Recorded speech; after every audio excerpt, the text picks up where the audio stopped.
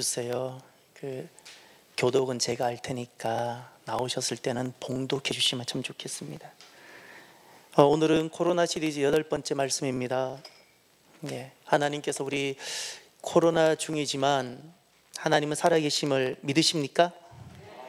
여전히 하나님이 하시는 역사가 이루어지고 계심을 믿습니까?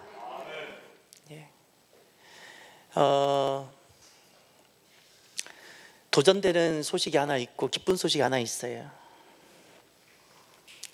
주중에 목사로서 참 도전되는 소식이 미국 워싱턴 백악관 소식인데, 그 백악관 앞에 링컨 동상 있는 그곳이죠. 거기 보면 이렇게 조그마한 사각형 된 정원도 있고, 제가 그곳도 가봤는데 거기에 링컨 동상을 뒤쪽으로 하고 조그마한 단상이 있고 목사님이 나오셔서 기도회를 인도하는 거예요. 수많은 사람이 모였어요. 미국 사람들은 우리나라처럼 코리안식 기도, 우리가 통성 기도를 우리는 통성 기도라 그러지만 온 세계 사람들은 그것을 한국식 기도라 불러요. 미국 사람들은 그렇게 기도 안 해요. 그런데 그 목사님이 우리가 소리내서 간절히 기도하자고 그랬더니 미국 사람들이 서서 그 수많은 사람들이 하나님 이 나라를 코로나로부터 건져달라고, 하나님 우리를 불쌍히 여겨달라고. 여러분, 지금은 실은 예배가 닫혀야 되는 때가 아니고 기도해야 될 때입니다. 어려울수록 기도하는 거예요. 우리 교회 기억나나요? 작년을 기억하시나요? 우리가 작년을 믿음으로 견디질 못했으면 우리는 오늘 이 자리를 만나지 못합니다. 참사랑 교회는 코로나로 어려워요. 아파도 감사해야 돼요. 작년에 우리는 60일 기도 대행진을 하면서 우리가 목이 터져라 주님 앞에 부르짖었죠. 이유가 있어요. 해결이 없었기 때문에, 대책이 없었잖아요. 작년에 60일 기도를 통해 하나님 응답하지 않았으면 우린 성전 없어요. 잃어버렸어요. 우리가 방법이 있었나요? 우리가 무슨 돈으로 6억 7,500을 해결하나요? 그런데 그 60일 안에 그게 해결됐잖아요. 여러분, 어려울 때는 움츠러드는 것이 아니고요, 어려울 때는 기도하는 거예요. 기도하는 거예요. 나는 내가 사랑하는 조국 대한민국이 이랬으면 좋겠어요. 때마다 시마다 어려움은 항상 다가와요. 앞으로도 있을 수 있어요. 어려울 때 입을 막는 나라가 아니라 기도하고 찬양하고 주님 앞에 나올 수 있도록 하는 나라였으면 좋겠어요. 사람들이 제게 그런 말 하더라고요. 목사님, 코로나는 목사님이나 기도가 해결되는 게 아니라고. 코로나는 의사가 해결하는 거라고. 제가 그 코로나 세미나를 갔더니 그 길병원 감염내과 의사가 그러더라고요. 코로나는 의사들이 담당하는 거라고. 제가 속으로 웃었어요. 왜 웃었는지 아세요? 예를 들어 볼게요. 전 의료진을 비하하고 싶은 것이 아니에요. 나는 그분들을 치하해요. 제가 정확하게 예를 들어 드릴게요. 의사가 메스를 들고 수술했어요? 잘라냈어요? 꼬맸어요? 의사가 낫게 하나요? 천만에 만만에 의사가 기다릴 뿐이에요. 착각하고 있어요. 그거 아니에요. 의사는 메스를 들고 수술은 할 수 있지만 그는 낫게 하지 못하는 거예요. 사람들이 속고 있어요. 결국에는 낫게 하시는 분이 주님이세요. 왜 이것을 모르냐고요? 왜 이것을 모르냐고요?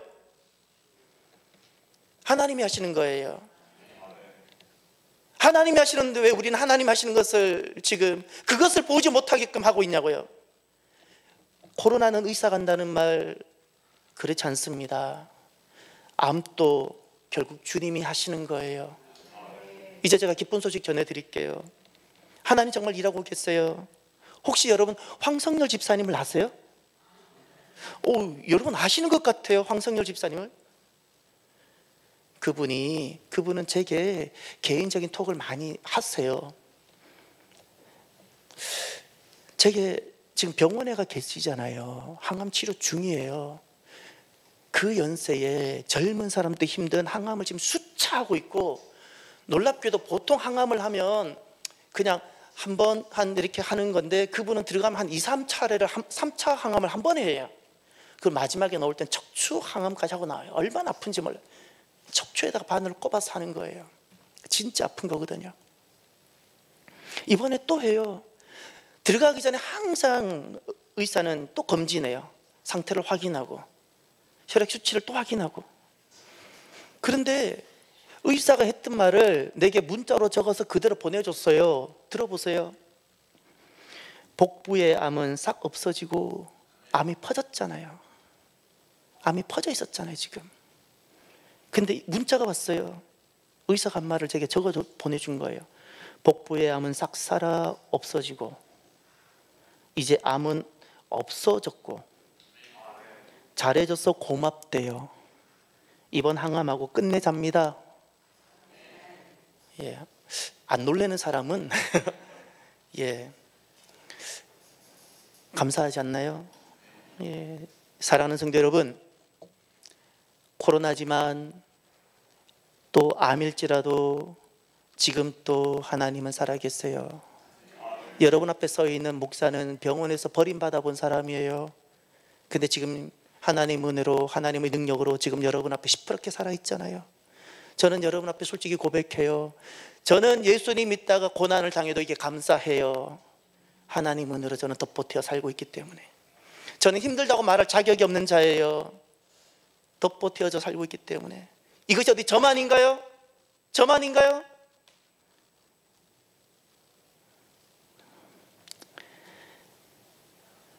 황성열 집사님이 자기 고백을 추가로 적어서 내게 보내주었더라고요. 오늘 예배하러 못 가니 쓸쓸해지고 외로워지네요. 이젠 저도 믿음이 더 두터워지는 것 같아 마음이 뿌듯해져요. 지금까지는 말이나 행동으로만 크리스찬이었던 게 나도 모르게 하나님의 나라로 나아가고 있다는 걸 느끼는 것 같아 마음이 풍성해져요. 아멘. 본인이 말하고 본인이 아멘해요. 이렇게 보내온 거예요. 제가 막 기도가 되어지고 축복이 되어지고. 제가 이번에 들어갈 때 그랬거든요. 집사님, 저는 딱 한 가지만 두고 기도하겠습니다. 병원에서 나오는 밥이 너무 맛있도록 제가 기도하겠다 그랬어요. 이분이 병원 갈 때마다 항암 주사를 경험해 본 사람은 알아요. 밥맛도 없고 밥이 안 먹히고, 더구나 병원 밥은 진짜 이건 모래 먹는 것 같아요. 그런데 늘 힘들었어요. 밥 먹는 게. 안 먹을 수도 없고 먹기는 먹어지진 않고. 글쎄 지금 너무 배고프다는 거예요. 어쩜 이 밥맛이 꿀맛인지. 사랑하는 성도 여러분, 암이었는데 얼마든지 복이 되고 있어요. 얼마든지 코로나이지만 얼마든지 복이 될 수 있음을 믿읍시다. 어떻게 살아야 믿음이 되고 어떻게 살아야 복이 될 수 있을까요? 예수님께 답이 있고 예수님께 길이 있어요. 그래서 우리는 지금 이 말씀을 계속해서 우리가 처한 상황을 가지고 주님 앞에 나가고 싶은 거예요. 주님 앞으로. 분명히 주님은 모든 것을 알고 계시고 답을 갖고 계시는 거예요. 제발 다른 데 보지 마세요. 다른 데 보지 마세요. 그래서 예수 믿는 사람이 실수하고 실패하는 거예요. 오늘 본문은 주님께서 땅에서 하늘을 사는 영적 원리를 제자들에게 계속해서 말씀해 주고 있는 내용입니다. 어떻게 하나님 백성들이 땅에서 천국을 이루며 살아갈 수 있느냐는 거예요. 6장 전체는 한 가지를 말하고 있어요. 6장이 하나예요. 지금부터 제가 잠깐 구절을 보여드릴 테니까 여러분 볼펜을 들고 체크를 좀 해보세요. 먼저 2절에 그러므로 구제할 때에 라고 그랬죠. 그 구제에다가 동그라미를 한번 해보세요. 그리고 숫자를 1 적어보세요. 구제할 때에 외식하는 자 이렇게 말씀하고 있죠. 5절에 가보세요. 너희는 기도할 때에 외식하는 자와 같이. 기도라는 단어가 보이죠. 기도에다 동그라미 해보세요. 그리고 숫자 2를 적어주세요. 그리고 16절로 가보세요. 금식할 때에 너희는 외식하는 자들과 이렇게 표현하고 있죠. 외식에다 동그라미 하셔 3이라 적어주세요. 그리고 19절부터 네 번째가 등장하는데 24절로 끝나는데 24절에 보세요. 두 주인 있죠. 두 주인에다 동그라미 했어요. 그리고 4라고 적었어요. 지금 주님께서는 계속 우리에게 한 가지를 말씀하고 있는 거예요. 그리고 25절부터 문단을 끊어서 결론이라 적었어요. 이 지금 마태복음 6장의 결론은 25절부터 끝에 나오는 거예요. 그러면 주님께서는 사랑하시는 제자들에게 너무너무 사랑하셔서 지금 6장의 말씀을 하시는데, 오늘 우리에게도 말씀하시고 주님께서 말씀하시는 모든 말씀의 주제와 명제가 1절에 나와 있어요. 1절 다 같이 읽어볼까요? 사람에게 보이려고 그 앞에서 너의 의를 행하지 않도록 주의하라. 그리하지 아니하면 하늘에 계신 너희 아버지께 상을 받지 못하느니라. 아멘. 두 가지를 꼭 밑줄 치세요. 사람에게 보이다 밑줄 치고요, 주의해라. 주의해라. 차라리 가다 넘어지는 것은 괜찮은데 반드시 주의해서 이렇게 하면 안 되는 것이 있다고 주님 말씀하셨어요. 사람에게 보이려고 하는 것. 사랑하는 성도 여러분, 오늘 저와 여러분 첫 번째 하나님의 음성을 들었으면 좋겠어요. 계산은 하나님께 하는 인생이 되십시오. 계산은 하나님께 하는 인생이 되십시오. 오늘 저는 이 말씀을 들으면서 하나님의 음성을 많이 들어요. 여러분은 어떤 하나님의 음성이 들리나요? 하나님이 아파하세요. 하나님이 아파하세요. 왜 아파하시는가? 1절을 보세요. 1절. 사람에게 보이려고 그들 앞에서 너의 의를 행하지 않도록 주의하라. 하나님의 자녀들이, 교회가 된 사람들이 사람에게 보이려고 하고 있다는 거예요. 하나님이 이렇게 시퍼렇게 계시는데 하나님의 자녀들이 사람에게 보이려고 하고 있는 거예요. 2절을 보세요. 중반절에 사람에게서 영광을 받으려고, 더 가슴 아픈 건 그 다음 단어예요. 사람에게서 영광을 받으려고 회당과 거리에서, 회당이란 단어에서 저는 넘어가지가 못했어요. 너무 마음이 아팠어요. 하나님 아픈 마음이 느껴졌어요. 예수님을 믿는 사람들이, 오늘날 성도라고 말하는 사람들이 사람에게서 영광을 받고 사람에게서 사랑을 받으려고 이런 일들을 나가서만, 거리에서 하는 것이 아니라 어디서까지 하고 있다고요?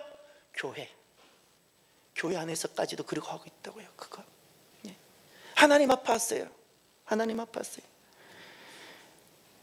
엄마가 그 자녀가 간장게장도 좋아하고 되게 좋아해서 모처럼 있는 돈 없는 돈 다 준비해서 간장게장, 그 비싼 간장게장에 나가서 그 비싼 대게를 다 준비해서 자녀 오기만 기다렸더니 전화했더니 오진 않고 친구랑 컵라면으로 그날따라 국물까지 다 마셔버렸네요. 와서 좀 먹어줘야 되는데 국물까지 다 마셔가지고 배가 볼록해진 거예요. 간장게장이면 뭐예요? 먹지를 못하는데 대게만 못해요. 배가 볼록해져서 이제는 먹을 수가 없는데, 아빠가 아들에게 좋은 것 주려고 차 시동 걸고 다 기다리고 있는데 아들이 친구랑 논다고 자전거 타고 쌩 가는 거예요. 아빠는 좋은 것을 주려고 준비하고 있는데. 이게 하나님의 지금 심정이에요. 우리를 보시면서. 사랑하는 성도 여러분, 삶에는 두 가지 계산법이 있습니다. 하나는 사람 계산이 있고 하나는 하나님 계산이 있어요.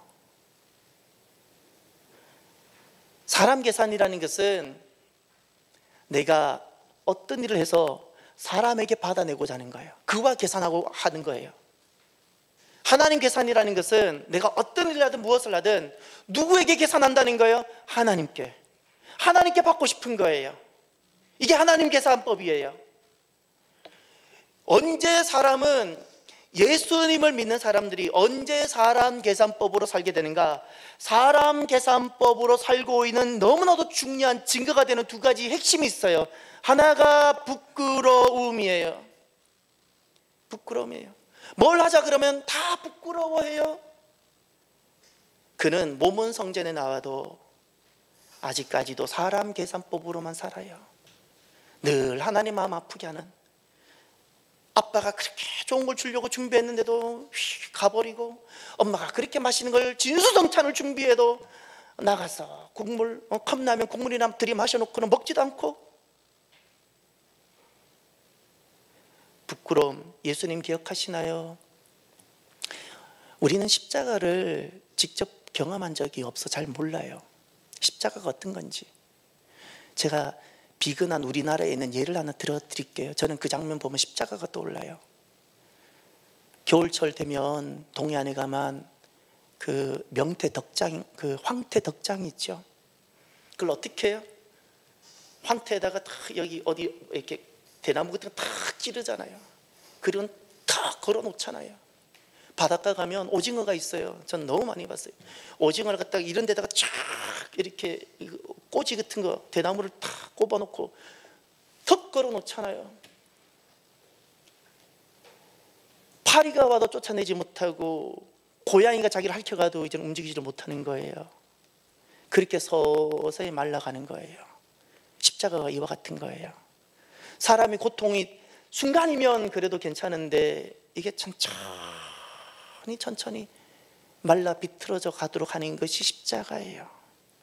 그뿐만 아니에요. 십자가는 아주 흉측한 형벌이니까 사람들이 가능하면 보이지 않는 곳에 하는 것이 아니라 뒤안뜰에 하는 것이 아니라 가장 사람들 눈에 잘 보이는 대로 옆에, 그것도 옷 하나 없이 손은 다 묶였고 그렇게 죽어질 때까지 바짝 마를 때까지 두는 것이 십자가예요.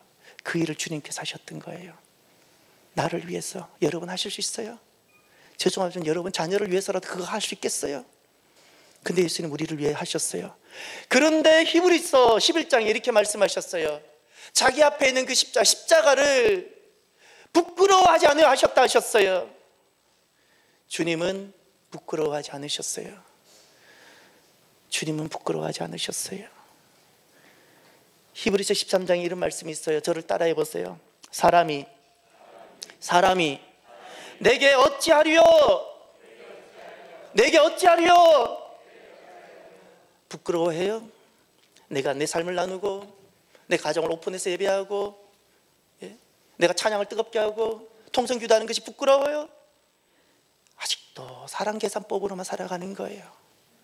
아직도 하나님 가슴에 대못 받고 살아가는 사람이에요. 몸은 그렇게 나왔는데 대못 받고 살아가는 사람이에요. 부끄러워하는 사람은요 반드시 그의 인생에 이것이 나타납니다. 교회 성전에 나와도 부끄러워하는 사람은 반드시 거짓말을 하게 되고 속입니다. 이 부끄러움을 감추기 위해서 거짓말을 하게 되고 속이는 일을 하게 됩니다. 또 하나, 언제 사람은 사랑계산법으로 살아가게 되는가? 욕심입니다. 욕심. 야고보서 1장에 오직 각 사람이 시험을 받는 것은 자기 욕심에 끌려 미혹됨이니, 사람이 시험 받는 것은 시험이 힘들어서가 아니라 무엇 때문에? 내 안에 이미 욕심이 있었어요. 내 안에 이미 욕심이 있었던 거예요. 그 욕심에 끌렸다 그랬어요.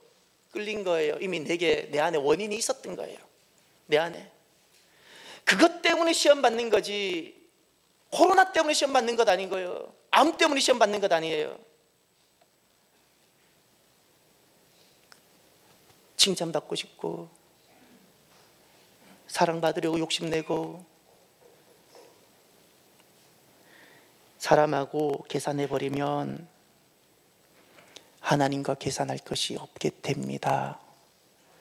나가서 세상 컵라면 그리고 국물까지 다 마시고 나면 이 조그만한 배가 볼록해져서 하나님께서 그렇게 주시고자 준비하셨던 것 단 하나도 먹지 못하게 돼요. 그래서 하나님 아파하시는 거예요. 마음 아파하시는 거예요. 우리는 그 사람에게 보이려고 그것이 외식이라고 우리는 알고 있어요. 여러분 진짜 외식이 무엇인지 아세요? 하나님은 영이 있어요. 영이셔서 하나님은 항상 우리를 보실 때 내 영혼을 보세요. 내 영혼을. 내 영혼은 보이지 않아요. 근데 하나님은 영이시기 때문에 내 영혼을 보신다고요. 그것을 마음이라 그러시고 중심이라 표현하고 계시는 거예요. 그건 내 영혼이라는 거예요. 내 영혼. 그런데 내 영혼의 특징이 있는데, 내 영혼의 특징, 내 마음, 내 중심은 반드시 행동으로, 외면으로 나타나게 되어져 있습니다.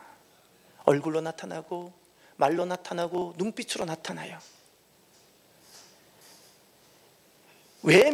외면이 아름다운, 외면에 무엇이 있어야 되는 거 아니? 내가 겉으로 드러나는 이 외면의 아름다움에 경건이 있어야 돼요. 경건. 내 눈빛에 경건이 있어야 되고, 내 말씨에 경건이 있어야 되고, 내 얼굴에 그저 아름다운 것이 아니라 경건이 있어야 돼요. 내 안에 영이 살아있다는 증거고 하나님 앞에 머물고 있다는 증거예요. 외식이란 무엇인가? 외식이란 그저 그냥 사람에게 보인다는 단순한 생각에만 머물러 있지 마세요. 이것이 외식입니다. 외면은 아름다운데 외면이 아름답기만 하고 한 가지가 없어요. 경건이 없어요. 경건이 없는 모든 아름다움과 경건이 없는 모든 외면은 외식입니다. 외식입니다. 아무리 직분을 가져요, 말씨에 경건이 있나요? 눈빛에 경건이 있나요? 하나님은 속지 않았어요. 이 경건은 속에서부터 나오는 거예요. 속이 준비돼야 경건이 있는 법이에요. 경건이 없는 것, 경건이란 하나님 앞에 서 있는 거예요. 하나님 앞에서 내가 머무르는 거예요.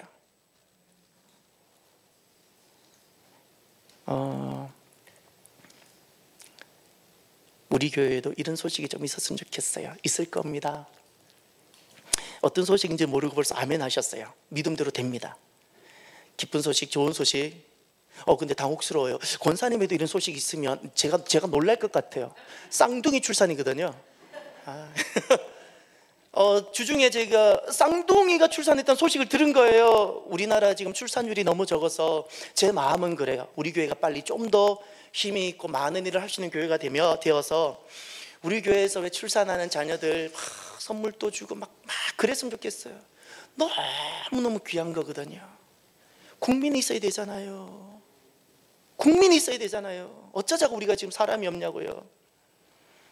지금 그런데 그것이 하나도 아니고 쌍둥이를 낳은 거예요. 하나님께서 그 가정에 2배나 큰 은혜를 주시길 바라요. 그런데 그 젊은 부부가 글쎄 자녀들 이름을 짓는데 들어보세요. 제가 왜 기뻤는지. 쌍둥이로 태어났으니 1분 차로 태어났더라고요. 1분 차. 첫째, 하나님의 소유라고 해서 이름을 유하라 지은 거야. 너는 하나님의 소유야. 그래서 유하. 1분 후에 태어난 아이, 너에게는 하나님의 시선이 떠나지 않고 항상 머물러 있어. 하나님의 시선이야. 시선이 너에게 있어 해서 시하. 제가 기쁜 이유는요, 그 부모의 믿음 때문이에요. 잊지 마세요. 부모의 믿음대로 자녀가 되어져요. 부모에게 신앙의 이름을 지어주기를 두려워하고 무서워하는 그 적은 믿음 때문에 자녀가 복을 받지 못하는 거예요. 이름대로 되는데 나중에 내 자녀가 돌팔매질 받으면 어떡할까 이런 생각이나 하고, 어떻게든 그리스도인이 아닌 것처럼 옷이나 입혀주고, 이제는 길거리 가도 내가 예수님을 믿는다라는 간판을 보질 못해요. 제가 자랄 때만 해도 곳곳에 있었는데 이제는 어떻게 하면 나는 예수 안 믿는 것처럼 속으로는만 내가 가지고 있겠다고. 잊지 마세요. 진짜 경건은 드러나는 법이에요. 속지 마세요. 드러나지 않는 경건은 가짜입니다. 제가 그 부모에게 너무나 기뻤던 것은 사람과 계산하지 않고 있었어요. 사람과 계산하지 않고 있었어요. 사람이 돌을 던지든 나는 지금 누구와 계산하겠다는 거예요? 하나님. 하나님. 사랑하는 여러분, 축복해요. 모든 복이 하나님께로부터 오는데 하나님으로부터 이 복이 가득하기를 바랍니다. 그러면 꼭 계산은 하나님께 하는 인생이 되십시오. 어설프게 의사랑 계산하지도 마시고 내 눈에 보이는 어떤 사람하고도 계산하지 마십시오. 그리고 나면 정작 하나님께로부터 오는 계산을 내가 받아 누리지 못해요. 두 번째, 왜 하나님이 계산해야 할까요? 사람의 계산법도 많은데 왜 꼭 하나님하고 계산해야 될까요? 따라해 볼까요? 내 인생 하나님이 일하셔야 합니다. 하나님이 일하셔야 합니다. 오늘 본문 여러분, 하나님 음성을 좀 들어보세요. 예? 4절을 보세요. 4절. 은밀한 중에 보시는 너의 아버지께서 갚으시리라. 주고 싶어 하시는 하나님이 아니 보이세요? 하나님은 너무너무 주고 싶어 하세요. 너무너무 주고 싶어 하시는 거예요. 저는 기쁨이 충만할 때가 있어요. 저를 보실래요? 제가 뭘 잡았어요. 딱 잡고 팍 열었어요. 그랬더니 제가 막 기쁨이 팍 넘치는 거예요. 자, 목사인 제가 언제 이렇게 기쁨이 충만해질지, 제가 지금 뭘 잡았을까요? 그럼 뭘 열었을까요? 냉장고. 저는 냉장고를 탁 열었을 때 눈앞에 한쪽 편에는 우유가 하나 있고, 또 음료수도 하나 좀 들어있고, 요 플랫은 또 뭐 있나요? 그런 거 탁 있고, 빵은 냉장고에 들어가면 안 되니까 식탁에 빵 하나 탁 있으면 막 기쁨이 충만해져야죠. 그런데 냉장고를 탁 열었는데 김치, 된장, 그리고 이런 거 있으면 막 얼마나 믿음이 필요한지 몰라요. 막 믿음이 필요하고 기도를 해야 되고.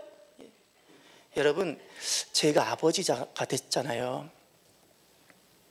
참 이 아버지란 존재가 하나님을 많이 알게 합니다. 제가 아버지가 되니까 아이들이 나갔다가 며칠 만에 돌아오기도 하고, 때가 저녁 되면 돌아올 때가 있잖아요. 그런데 제가 이 부족한 형편없는 아버지인데도 불구하고 아이들이 올 때를 제가 기다려요. 그리고 얘들이 반드시 오면 냉장고를 연다는 걸 제가 알아요. 심지어 목양실 냉장고는 제 건데 자기들이 오면 그거부터 인사 한둥 마는둥 냉장고부터 쫓아가요. 냉장고 분명히 내 건데 냉장고를 열 거라는 걸 제가 알아요. 그러면 제가 넣어두고 싶어져요. 준비를 막 하는 거예요, 제가. 그리고 혼자 막 생각을 해요. 얘들이 집에 와서 냉장고를 열었을 때, 얘들이 목양실 와서 냉장고를 열었을 때 이걸 보면 기뻐하겠지. 얘는 이걸 좋아하는데, 쟤는 저걸 좋아하는데, 혼자 막 얘들이 이것을 보았을 때 기뻐할 것을 보고 나는 혼자 그냥 기뻐하는 거예요. 그리고는 깜짝 쇼를 하고 싶은 거예요, 제가. 여러분, 제 인생의 하나님은요, 제 인생에 있어서 하나님은 항상 제게 깜짝 쇼를 하시는 분이세요. 저에게 기쁨을 주시고 싶으셨어요. 이런 것 저런 것 인생이란 냉장고에 미리 넣어두셨다가 내가 그곳에서 탁 열었을 때 내가 그거 보고 기뻐하고 좋아하는 것을 보고 하나님은 먼저 기뻐하시는 거예요. 이 일을 내게 하시고자 하나님은 항상 제게 깜짝 쇼를 하세요. 여러분, 하나님은 주시고 싶으세요. 어떻게든 갚아주시고 싶었어. 또 4절을 보세요. 또 4절. 은밀한 중에 보시는 너의 아버지 하나님은 보세요. 나만 모를 뿐이에요. 하나님은 단 한순간 또 나에게서 시선을 떼신 적이 없었어요. 내가 잠을 자고 있을 때나 내가 어두운 밤길을 걸을 때나 하나님은 나를 보고 계세요. 그리고 주님께서 말씀하세요. 갚아주겠다. 내가 갚는다. 아멘입니까? 6절을 보세요. 6절 중반절부터 보세요.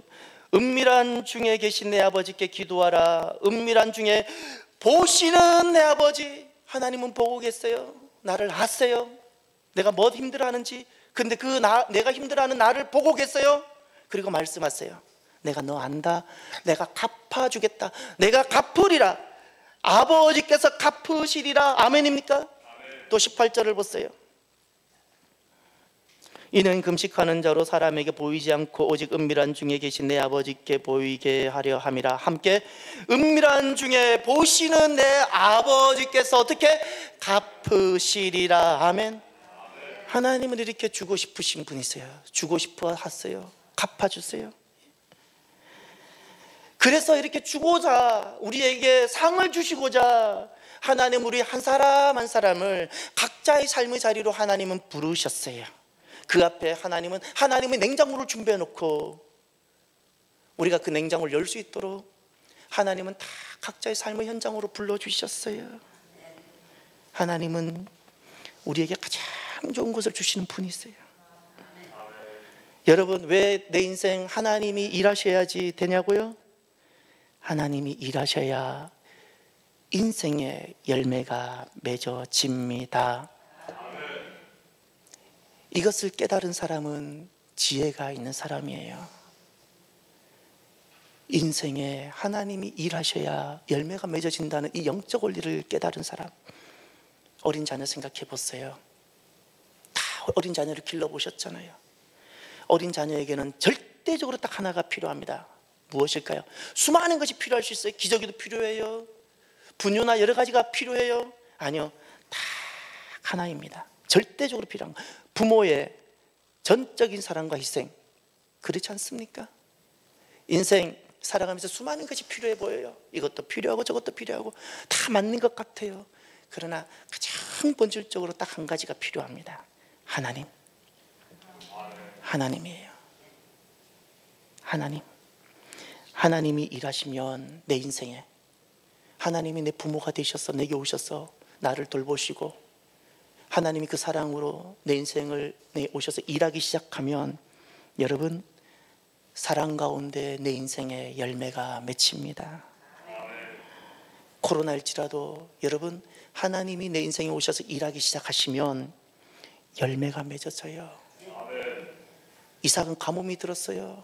우리처럼 코로나 가뭄이 들었어요. 이삭 때 수많은 사람들이 살려고 다 애굽으로 내려가는데 주님께서 말씀하셨어요. 내려가지 마라. 내가 너에게 준 땅에 머물러라. 그 밤에 나타나셔서 주님만 그렇게 말씀하셨더니 이삭이 그 말을 순종했어요. 이삭은 농업자가 아니고 목축업자입니다. 이삭의 아버지도 목축업자고 이삭도 목축업자고 아들 야곱도 목축업자예요. 집안 대대 목축업자예요. 목동들이에요. 그런데 그 가뭄든 그 땅에서 이삭은 농사가 아닌데, 농업이 아닌데, 농부가 아닌데도 그해 농사를 지었어요. 어떻게 되는가? 하나님께서 일하기 시작하셨더니 그는 경험도 없는 자예요. 지식도 없는 사람의 농부에 대해서는 하나님께서 열매를 맺게 하셨는데 100배나 맺었어요. 아멘입니까? 이것이 진리예요. 하나님께서 일하시도록, 하나님께서 계산하시도록 하십시오. 그러면 내 인생이 어떠할지라도 그때부터 인생에 꽃이 피고 열매가 맺힙니다. 끝으로, 그러면 어떻게 하면 하나님께서 계산하실까요? 우리 인생이 어떻게 할 때 하나님은 그때부터 일하시고 계산하실까요? 사랑하는 성도 여러분, 4절을 다시 한번 보실까요? 은밀한 중에 보시는 너의 아버지께서 갚으시리라. 여러분, 주님 음성이 들리시나요? 오늘 이 밤 이 시간 주님 앞에 나와 예배하는 우리를 기뻐하시면서 나에게 하시는 음성이 들리나요? 제가 다시 한번 읽을 테니까 나에게 하시는 하나님 음성을 들어보세요. 은밀한 중에 보시는 너의 아버지께서 갚으시리라. 사랑하는 성도 여러분, 하나님은 나를 알고 계세요. 나 너 알고 있다. 나 너 보고 있다. 나는 단 한순간 또 너를 잊은 적이 없다. 너가 요즘 얼마나 힘들어하는지, 얼마나 몸에 기력이 없는지, 가족을 인하여 얼마나 지쳐있는지 나 너 알고 있다.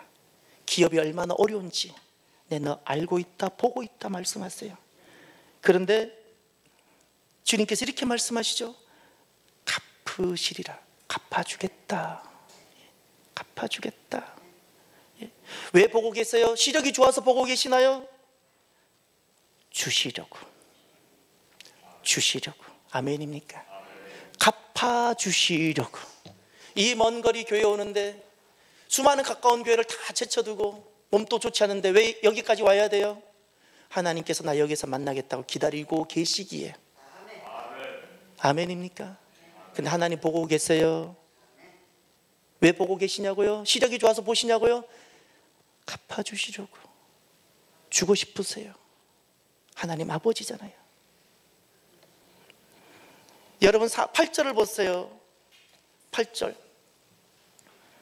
그러므로 그들을 본받지 말라. 구하기 전에 너희에게 있어야 할 것을 하나님 너희 아버지께서 다 같이 아시느니라. 아세요. 심지어 내가 구하기도 전인데도 내가 왜 힘들어하는지, 어떤 내게 결핍이 있는지, 내가 왜 잠을 요즘 못 자고 있는지 주님은 아세요. 32절을 보세요. 똑같은 말씀이 또 나와요. 이는 다 이방인들이 구하는 것이라 너희 하늘 아버지께서 이 모든 것이 너희에게 있어야 할 줄을 다 같이 아시느니라. 아시느니라. 하나님은 알고 계세요. 나를 알고 계세요. 내 이름을 알고 계세요. 내가 왜 힘들어하는지 아세요? 내가 오늘날 믿음을 지키려고 어떤 눈물을 흘리는지, 왜 사람과의 관계가 깨어지고 있는지도 알고 계세요. 왜 아시죠? 왜 보고 계시냐고요? 주고 싶으셨어요. 갚아주세요. 절대 믿음은 헛되지 않아요. 믿음은 헛되지 않습니다.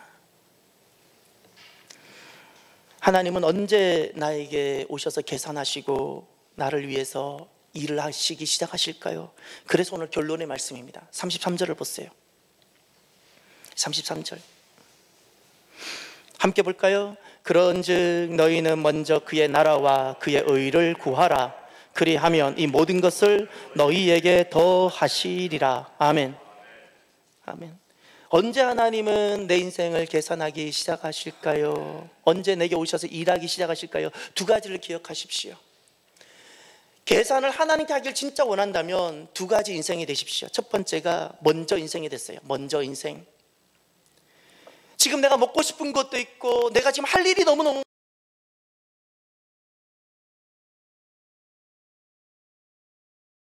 하나님,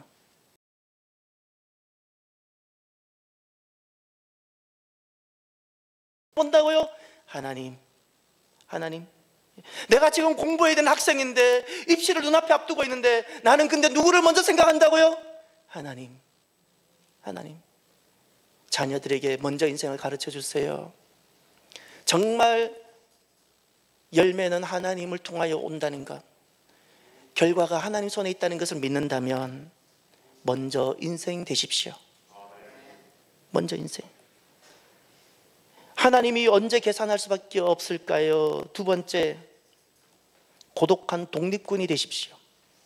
고독한 독립군. 우리는 온 세계가 하나님의 것이었는데 이 온 세상을 하나님께서 우리에게 위임해 주셨는데, 위탁해 주셨는데 우리가 이것을 송두리째 마귀에게 갖다 바쳐버렸어요. 누가? 우리가. 이 일이 지난날 에덴 동산에서 있었던 거예요. 우리가 하나님을 반역했고 하나님께서 우리에게 주셨던 이 모든 것을 마귀에게 머리를 조아리면서 마귀에게 갖다 바쳐버렸어요. 온 세상이 하나님의 나라였는데 현실이 어떤 거 아니? 하나님 나라를 잃어버렸어요. 거듭난 사람은 그래서 어떻게 살아가는 거 아니? 잃어버린 하나님 나라를 되찾는 독립군으로 살아가는 거예요. 이 땅에서 독립군이에요. 독립군이라고요. 잃어버린 하나님 나라, 그것을 되찾고자 살아가는 거예요. 나 하나 조금 더 남들보다 하나님 은혜 받고 잘 살고자 살아가는 인생이 아니라 원래 하나님 것인데 내가 머리를 조아리고 마귀에게 갖다 바친 이 하나님 나라를 내가 다시금 되찾고 싶은 거예요. 우리는 잃어버린 하나님 나라의 독립군입니다. 반드시 광복이 와요. 우리나라에도 결국 광복이 왔죠. 우리나라의 광복이 온 것보다 더 선명하게 하나님 나라 광복이 옵니다. 지혜가 있다면 기억하십시오. 오늘날 우리나라 안에서도 이렇게 지금 30년이 지나고 50년이 지나고 70년이 지나면도 아직까지도 그 친일파가 받는 수모를 여러분 기억하시나요? 왜 수모를 받죠?